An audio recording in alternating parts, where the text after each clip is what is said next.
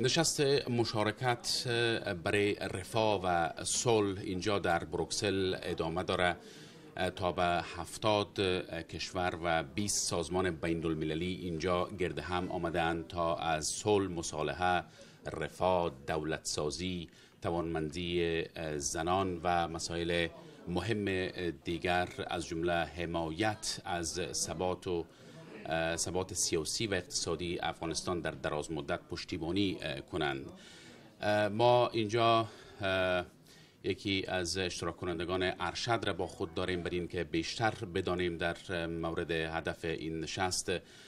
صحبت داریم با احمد نادر نادری، مشاور ارشد رئیس جمهور در بخش روابط عامه و استراتژیک. نادری صاحب سازات، خوش آمدین. اگر لطفاً با ما مخاطبان ما اول بگویین که برای شما راه اندازی این نشست در مورد افغانستان از چه اهمیت برخوردار است؟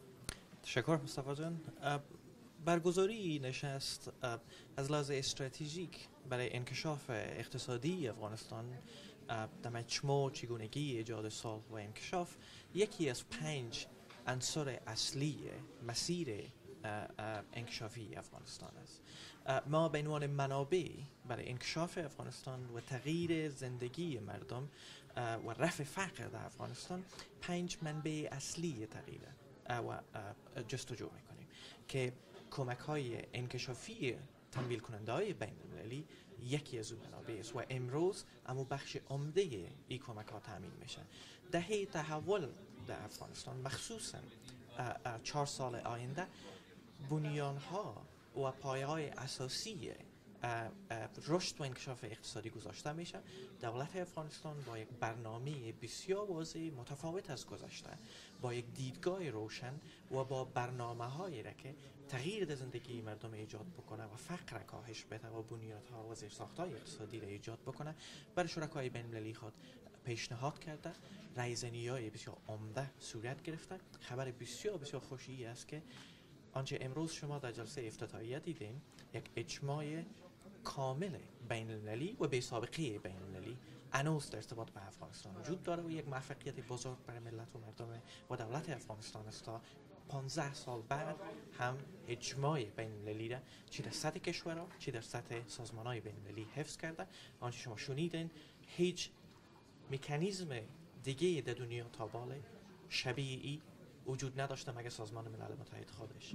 از این لحاظ اهمیت سیاسی داره، به این لحاظ که در منطقه‌ای را که ما وجود داریم منطقه مشکل‌زا است و اجماع بین‌المللی برای حمایت از دیدگاه افغانستان میتونه موقف برتر سیاسی برای افغانستان بده. در این حال منابع تمویلیشان که ما خوشبختانه تا فعلا نزدیک 13 میلیارد دلار برای 4 سال آینده تعهد داریم از کشورها که در پایان روز مجموعش نهاییش و اعلانایی که میشه ما امیدوار هستیم تا 14 میلیارد منابع کمکی را تمویلی را برای برنامه‌های زیرساختاری. در کدام بخش‌ها عمدتاً جناب نادری؟ ما حداقل 5 برنامه ملی را پیشنهاد کردیم. این برنامه ملی شامل زیرساختارهای اقتصادی است به شمول بندها و سرک‌ها در عرصه حاکمیت قانون و تامین عدالت است و اصلاحات را که در اونجا نیاز است. در عرصه حکومتداری خوب است. در عرصه رشد و انکشاف و ظرفیت افزایی و توانمند ساختن اقتصادی خانم‌ها و زن‌ها است. ما در عین حال کل تمام برنامه‌هایی را که پیشنهاد میکنیم از لحاظ چگونگی واقع بینانه بودنش و چگونگی مؤثر بودنش در کاهش فقر در مجموع در افغانستان با او دید و با او هدف ساخته شدن. اجماعی را که امروز میبینین بیشتر به امید دیدگاه مردم افغانستان، دولت افغانستان و رئیس جمهور افغانستان است و مسیری را که افغانستان انتخاب کرده ثابت کرده که در 2 سال گذشته چه اقدامات بنیادی برای اصلاحات انجام داده. مبنای این تعهدات امروز باوری است که به عملکرد حکومت در 2 سال گذشته بنیان گذاشته شده. جناب نادری، شرط‌های اصلی جامعه جهانی و اتحادیه اروپا در بدل این کمک‌ها چیست؟ اگر با ما توضیح بدین. از شرط‌های اساسی مثل که در اول این شرط مردم ما است، شرط مردم افغانستان است که باید فساد از بین بره. مبارزه با فساد و رشوه‌ستانی و حیف و میل منابع تمویلی و یا منابع عامه مردم افغانستان از خواست مردم افغانستان است.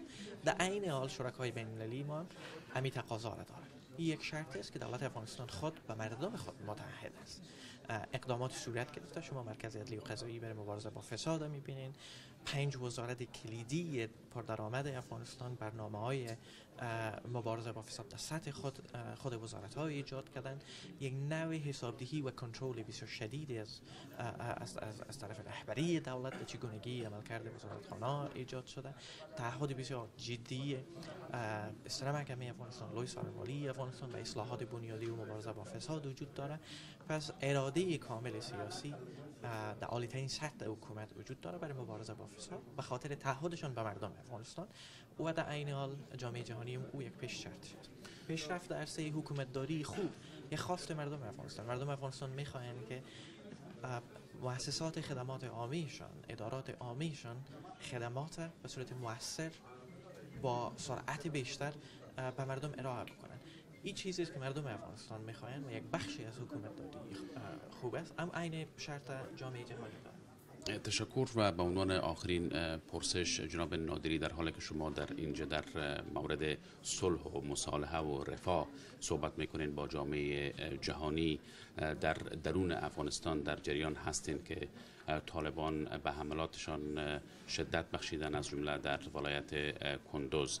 این تحرکات طالبان در چه حد میتونه بر چنین نشست‌های مهم در بیرون از افغانستان تأثیر بگذاره و اینها را تحت شعاع خود قرار بده؟ شما حتما تعقیب میکنین که دشمن مردم افغانستان به صورت سیستماتیک تلاش میکرد هر فرصتی را که برای بهبود افغانستان و برای رفاه افغانستان وجود داره تحت شعاع قرار بده و صدمه بزنه. اما خوشبختی ده چی است؟ خوشبختی است که اگه احیانا تحولات اخیر چه در قندوز چه در غزنی و جای دیگه اگه اینا عقب گردای استراتژیک می بودن به نیروهای امنیتی تاثیر می داشتن، اما خوشبختی ای است که اقدامات از طرف طالبان تلاش برای کسب برتری تاکتیکی بودن که خوشبختانه او را نداشتن به دلیل شجاعت در عملکرد نیروهای امنیتی ما. سربازای دلیری کشور با تمام شهامت خود در کوتاه‌ترین مدت در مقابله با دشمن رفتن و دوباره دشمن به عقب راندن. شما هر منطقی را که دشمن تلاش میکنه که بگیره شاید برای چند ساعت در اختیارش باشه، اما آنچه اینجا ارزیابی میشه چی در مجالس را که دیروز داشتیم یا مجلس امروز، ارزیابی ها ای است که نیروهای امنیتی افغانستان ظرفیت ازیل داشتن که در مدت کم با شهامت دوباره دشمن از ساحه برانه و یعنی اونو ملاک ارزیابیشان است و به او دلیل اعتماد بیش از حد ایجاد کرده در بین شرکای بین المللی افغانستان که چگونگی اصلاحات در دستگاه امنیتی افغانستان، شجاعت، تعهد و حس وطن دوستی که در این نیروها است باور ایجاد میکنه که افغانستان سر پای خود میتونه ایستاد شود. احمد نادری، مشاور ارشد رئیس جمهور افغانستان در امور روابط عامه و استراتژیک، بسیار سپاسگزار هستیم از شما.